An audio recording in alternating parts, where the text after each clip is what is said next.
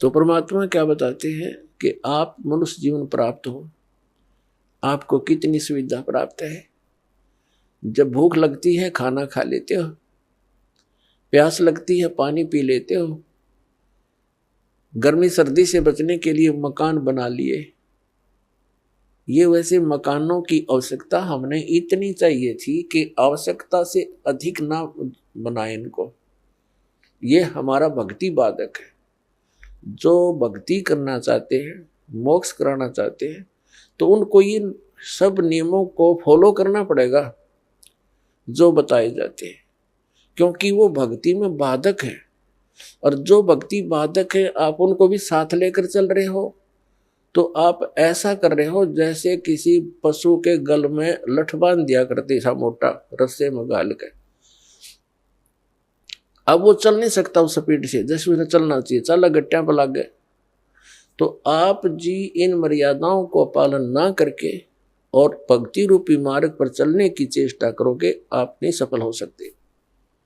तो इसलिए हमने ज्ञान के आधार से इन बुराइयों को, इन कुरीतियों को और सांसारिक परंपराओं को भी त्यागना पड़ेगा, तब हम इसमें सफल होंगे। फिर अपनी बड़ी स्पीड से चलेंगे। जैसे मकान बना लिया, ठीक है, आजकल परमात्मा ने दया कर रखी है, बढ़िया सुविधा आपको प्राप्त है, मकान बना लो, जैसा आवश्यक हो उतना ही, केवल उसी के लिए कि बढ़िया कोठी बनाऊं, लोगों का प्रशंसक बन जाऊं। ये हमारी अपनी सोच होती है, अध्यात्म मार्ग नहीं है। तो मकान बनाओ जितना आवश्यक हो और जितनी आपकी जेब अलाउड करती हो, आवश्यकता से अधिक खर्च मत करो। हमारे पूर्वज आपने देखे होंगे, हमने तो खूब याद है, झोंपड़ियों में टाइम पास करके कई कई पीढ़ी।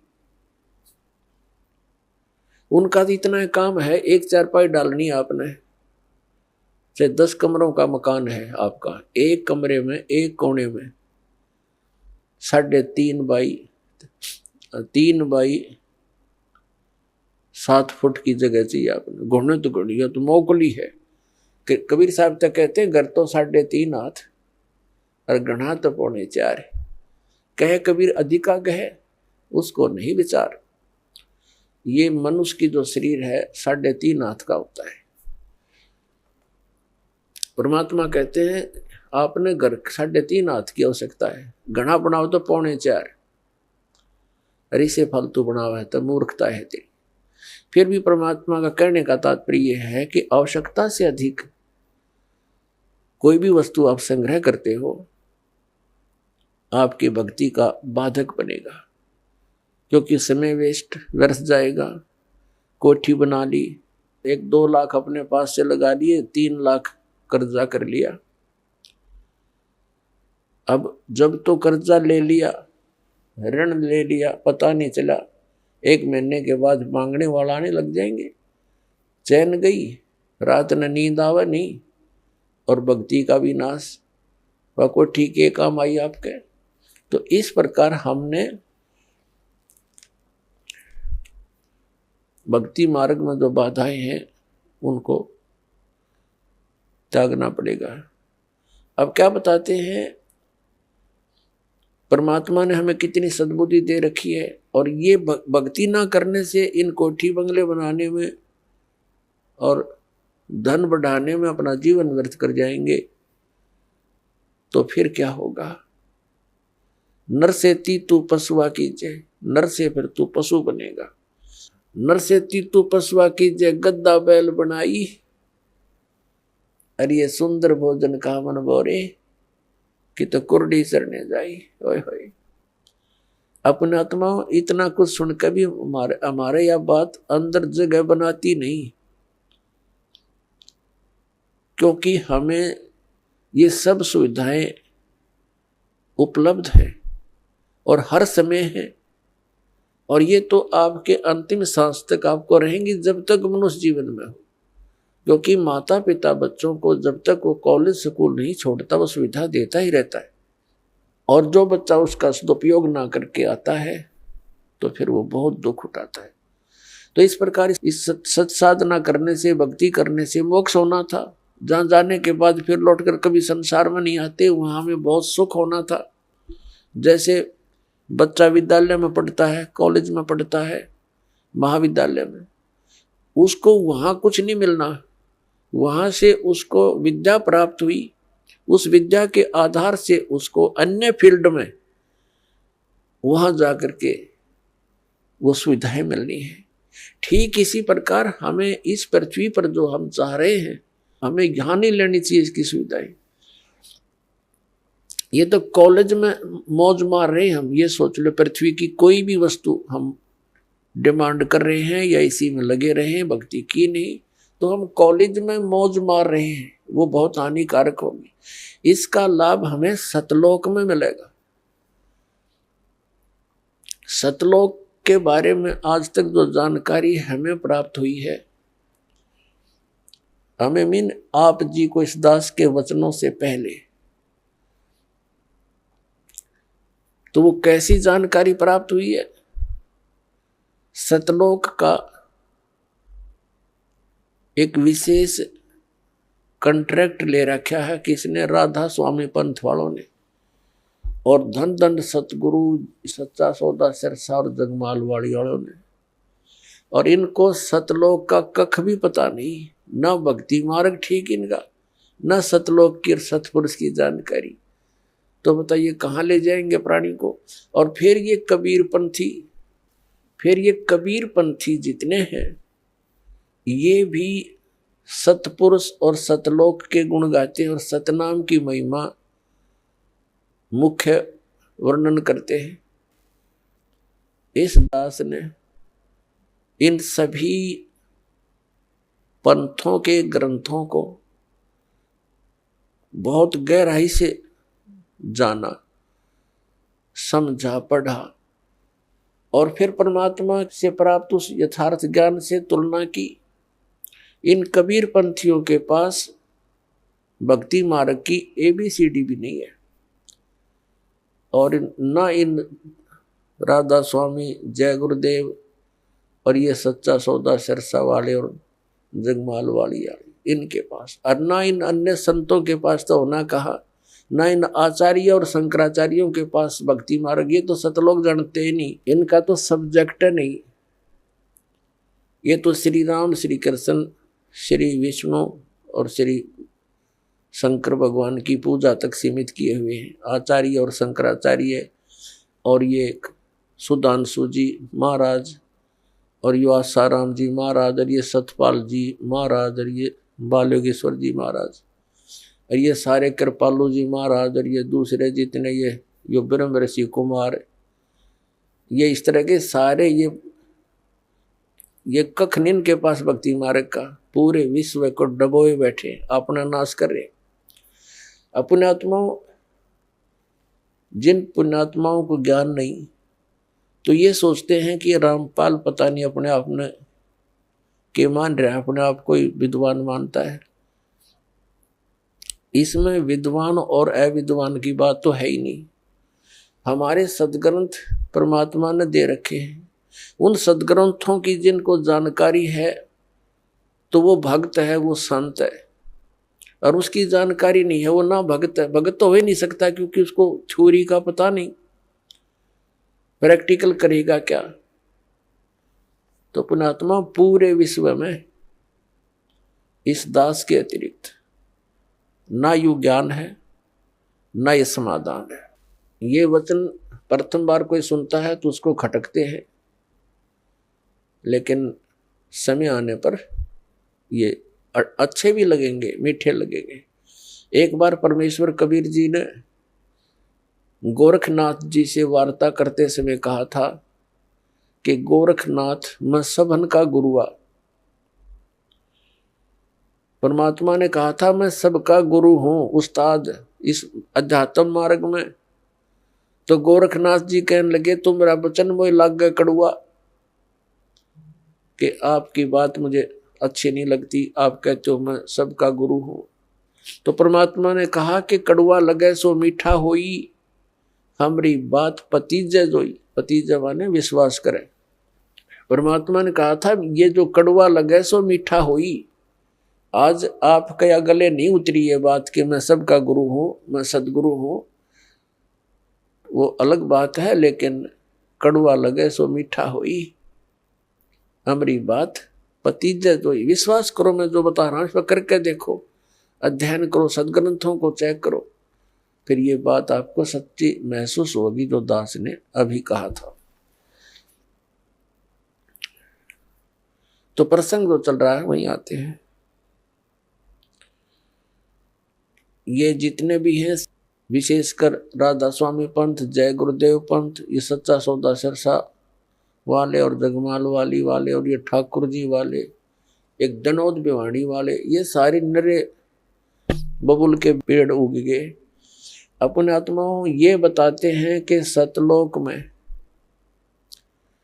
परमात्मा निराकार है, और इन्हें ना सतलोक का पता। सतलोक क्या है? कहते वही सतलोक, वही सतनाम, वही सार नाम, वही सार शब्द और वही सतपुरुष, वो सतलोक ही है, वो निराकार है, चेतन प्रकाश है। और इन सभी कबीर पंथियों का और सभी इन राधा स्वामी से निकली हुई उनकी ब्रांचों का, जैसे सच्चा सौदा सिरसा और जगमाल वाली और ये ठाकुर जी जय गुरुदेव जी वाले, इनका मानना है कि मोक्ष प्राप्त प्राणी सतलोक के अंदर उस परमात्मा के प्रकाश में ऐसे मिल जाती है, वो आत्मा जैसे बूंद समंदर में। और एक है ब्रांजड़ी गांव जम्मू के अंदर, एक नया संत मिला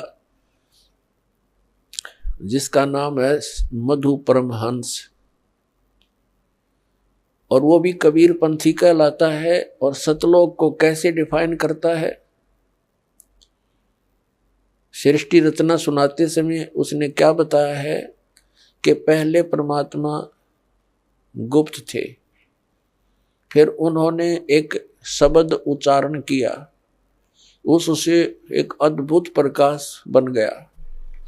उस प्रकाश के अंदर फिर परमात्मा अमर पुरुष समा गया, वो अमरलोक हो गया। फिर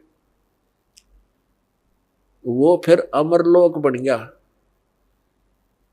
यानी वो परम पुरुष भी, अमर पुरुष भी, अमरलोक फिर एक हो गया, वो प्रकाश पुंज। और फिर कहते हैं उस प्रकाश ने परमात्मा को ऐसे छटक दिया, अपने आप को ऐसे छटक दिया, उसमें से बूंद सी बन गई, ऊपर जानते फिर उल्टी आ गई। जैसे जल की बूंद ऊपर को फेंकी जाए, जल में आकर मिल जाती है, पर वो मिली नहीं, वो कण कण से बन गए, बिंदु से बनकर जीव बन गए, घूमने लग गए उस प्रकाश में। वहां जाकर उसके हिसाब से मोक्ष प्राप्त प्राणी वो हंस बनकर जाते हैं, और वो डॉट बिंदु बनकर ऐसे घूमते हैं जैसे मछली जल में उस प्रकाश में भटकती है। ये कहता है कि मेरे पास जो वस्तु है ब्रह्मांड में नहीं। अब उसका सारा जाड़ा लेकर और गांठ बांध दी उसकी, अब दिखा देंगे वो कैसा क्या है उसके पास वस्तु। तो अपने आत्मा परमात्मा ने दया बख्शी है अपने ऊपर, इस दास के ऊपर दया बख्शी है, वो दिव्य दृष्टि दे दी इस ज्ञान को समझने की और इनके अज्ञान की परख करने की, और वो आपको आसानी से करवा देगा। दास 2 मिनट में समझ जाओगे वास्तविकता क्या है। एक तो इसका विधान है श्री मधु परमहंस रांजड़ी वाले का, जम्मू वाले का। एक तो ये हो गया कि अमर पुरुष और अमरलोक वो एक बन गया, वो चेतन प्रकाश हो गया। और फिर नो कहे सार नाम भी, आदि नाम भी, और सार शब्द भी, विधेय शब्द भी, वो अमर पुरुष ही है। अमर पुरुष वो बने गया अमरलोक, यानी वो सारा कुछ हो चेतन प्रकाश को, ये अमरलोक भी, सार शब्द भी, सार नाम भी, विधेय नाम भी, आदि नाम वही, सतनाम भी वही, अमरलोक भी वही, सतपुरुष भी, अमर पुरुष भी वही, और सार नाम भी वही। आ गया वहीं जहां से शुरू हुए थे।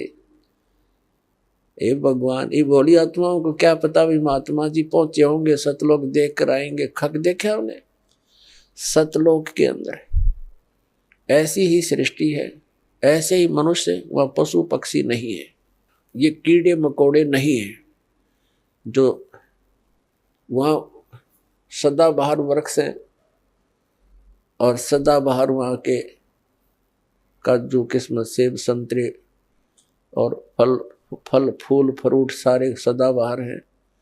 वहां जाने के बाद प्राणी ना वृद्ध होता ना उसकी मृत्यु होती। अपने आत्मा यदि हमने वहां जाकर के नए धक्के खाने हैं, डोट बनकर घूमना, क्या आनंद होया? वो खाक आनंद है। मोक्ष का अर्थ होता है वो जिसके ऊपर जैसे कोई बंधन में ना हो। हम यहाँ कर्मों के बंधन से बंधे हुए हैं, वहां कर्म नहीं है। निष्कर्म में मोक्ष प्राप्त होता है, बिना किए प्राप्त होती हैं सब सुविधाएं, उसको निष्कर्म में मुक्ति मानते हैं। तो वहां जाने के बाद देखो, आप देखते हैं प्रत्येक व्यक्ति चाहता है काम थोड़ा करूं, ना करूं तो घना बढ़िया और सुविधा सारी हो। तो ये हमने कहा, यह आभास कहाँ से हुआ? क्योंकि हम ऐसे स्थान पर रहते थे, वहां हमने काम तो करना ही नहीं पड़ा था और सुविधा नरी थी, आगे पड़ी रही थी। फिर दूसरा, कोई बूढ़ा होना नहीं चाहता, वृद्ध अवस्था को कति पसंद नहीं करते, यानी 80 साल तक भी बाल काले करते रहे हैं और दांत कृत्रिम टडवाए ले हैं, और कुछ थोड़ी बहुत सेहत बूढ़ा सा ना दिखो हैं। और फिर मृत्यु कोई नहीं चाहता, और दोनों कंपलसरी। ये तो यहाँ का यूनिवर्सल ट्रूथ है, हार्ड एंड फास्ट रूल है तो इसका कि वृद्ध भी होगा और मृत्यु भी होगी, और हम दोनों पसंद नहीं करते, दोनों कंपलसरी होंगी यहाँ पर।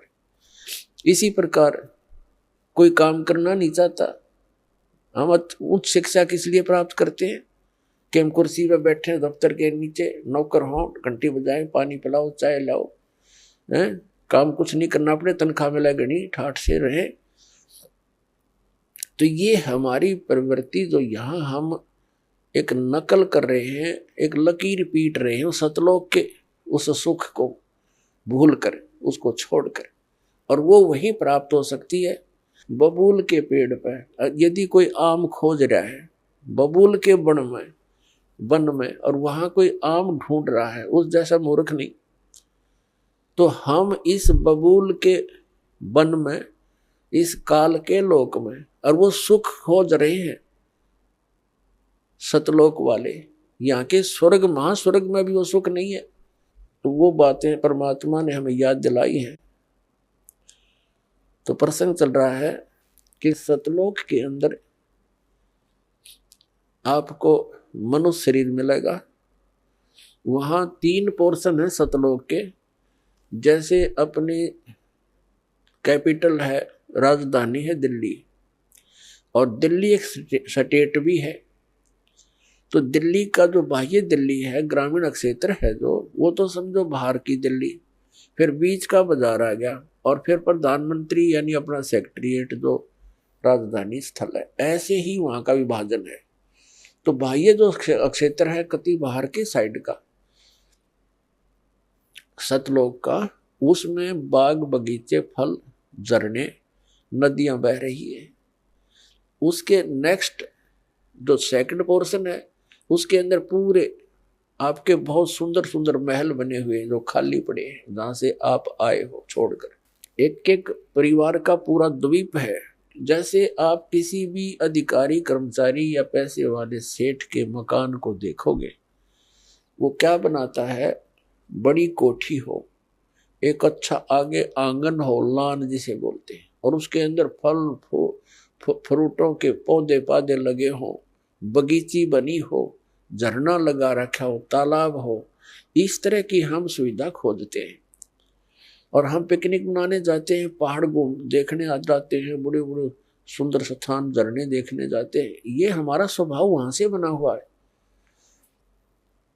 और यहाँ तो हम जाते हैं, वहां जेब कटवा कर आ जाते हैं, 10,000 रुपये ले गए कुल्लू और मनाली मई जून जुलाई में, और अपने पैसे खर्चो, वह कुछ दिनों के लिए इधर उधर सैर सपट्टे करो और पैसे बर्बाद करके वापस आ जाओ। यहाँ का तो ये सुख है। और सतलोक में जाने के बाद वो कभी अभाव नहीं, कोई खर्च नहीं और किसी किस्म का कोई दुख नहीं। तो अब हम कोई मरना नहीं चाहते और ये परिवार बना रहो, हम मरा नाम न कति जरूरत नहीं, चाहे दुखी और भी हो जावा, हम यहाँ से नहीं जा सकते, जरूरत ही नहीं हमने जाने की फिर। लेकिन यह मृत्यु खतरनाक हमारे लिए और वृद्ध अवस्था, और ये सारा वहां होगा और वहां फिर दुख नहीं, कोई काम नहीं, अपना बहुत ही सुविधा है आपको। वहां भी आपको परमात्मा की याद बनी रहती है, परमात्मा की जो सिमरन वहां भी आपने करना होता है। उस सिमरन का इतना आनंद आता है, कई व्यक्ति सोचते हैं फिर वहां करें क्या, वहां परमात्मा की याद, वहां बहुत सब सुविधाएं हैं जो या वर्णन नहीं कर सकते। वहां आपको पता भी नहीं चलता कितना समय बीत जाता है और आप सदा सुखी रहते हो। कोई राग द्वेष नहीं, कोई ऐसी चीज का अभाव नहीं जिससे राग द्वेष बने, कोई ऊंचा बड़ा नहीं, छोटा बड़ा नहीं, वहां पर सबको एक जैसी सुविधा है। तो ये सतलोक के अंदर सभी सुविधा